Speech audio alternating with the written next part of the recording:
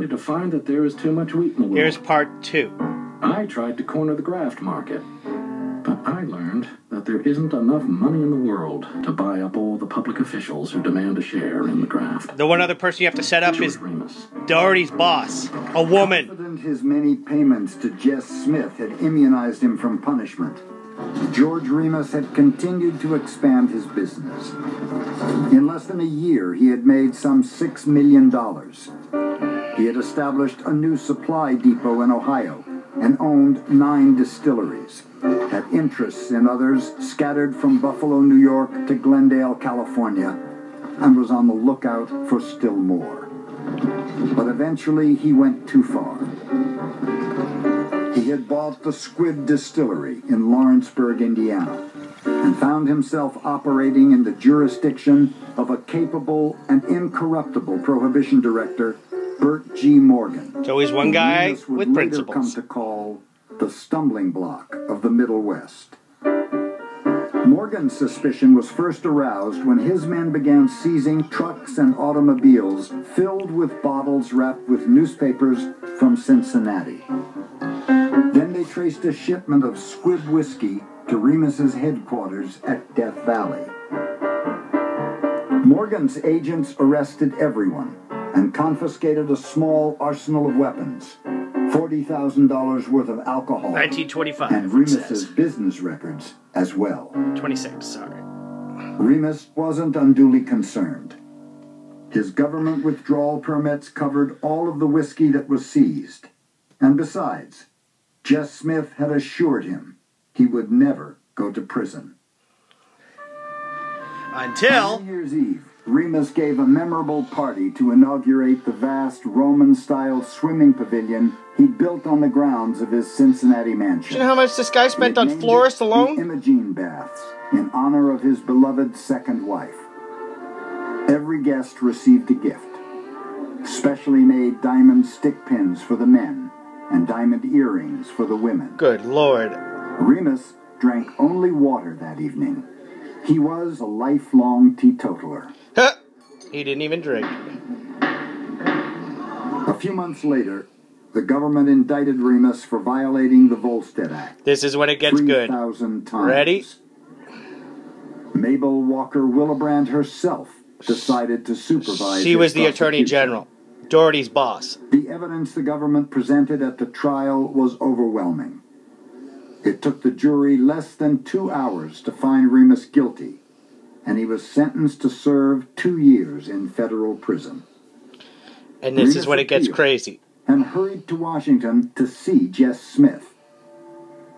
As always, Smith was reassuring. He promised that Remus would never have to serve a day behind bars. Just to make sure, the bootlegger handed over another $30,000. A few weeks later, someone handed Remus a newspaper. Jess Smith had shot himself in the bedroom of his suite at the Wardman Park Hotel in Washington.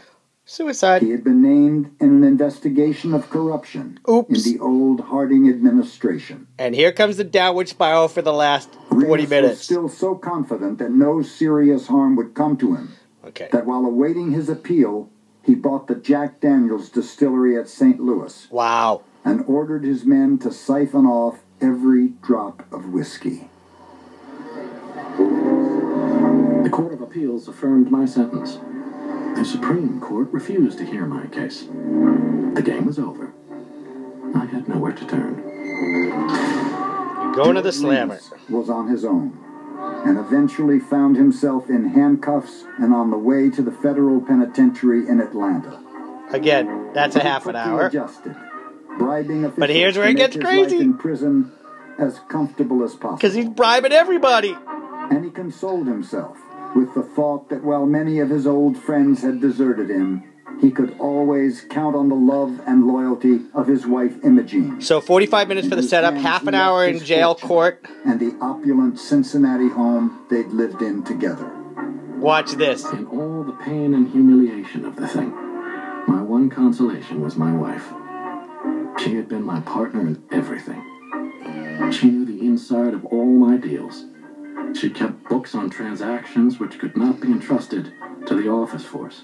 There was nobody in the world whom I trusted so fully. And that was your downfall. We agreed that when my term was out, we would take a long trip around the world, and then settle down where the disgrace would not follow us.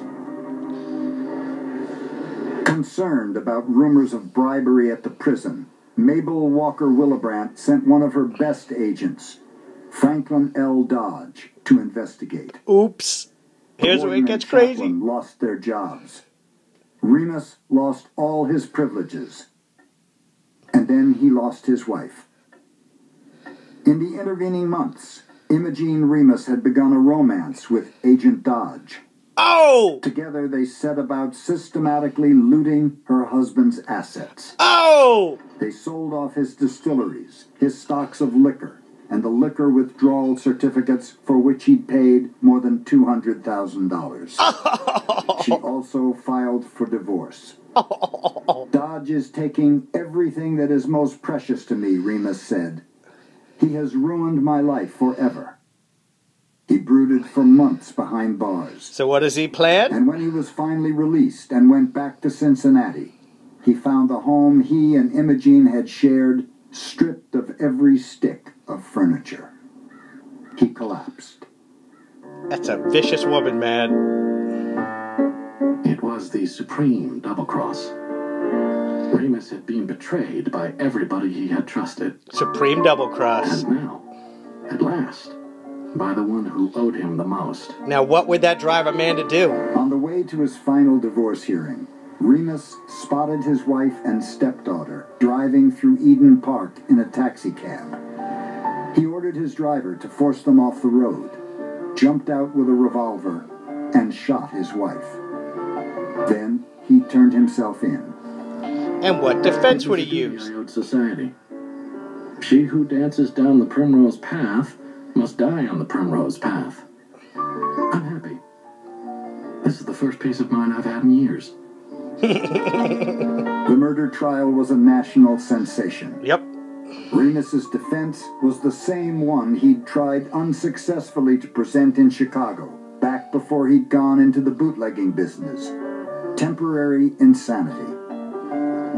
He acted as his own co-counsel, sometimes conducting skillful cross-examinations, sometimes weeping or moaning. And here's another half an hour. And he made sure everyone understood how his late wife and her lover had betrayed him. A federal agent. The jury deliberated just 19 minutes before it returned to the courtroom and declared Remus not guilty on the sole ground of insanity. The courtroom erupted in cheers. American justice, I thank you, Remus shouted. The juror explained that since Remus had had such a rotten Christmas last year, they had decided to make him happy this year.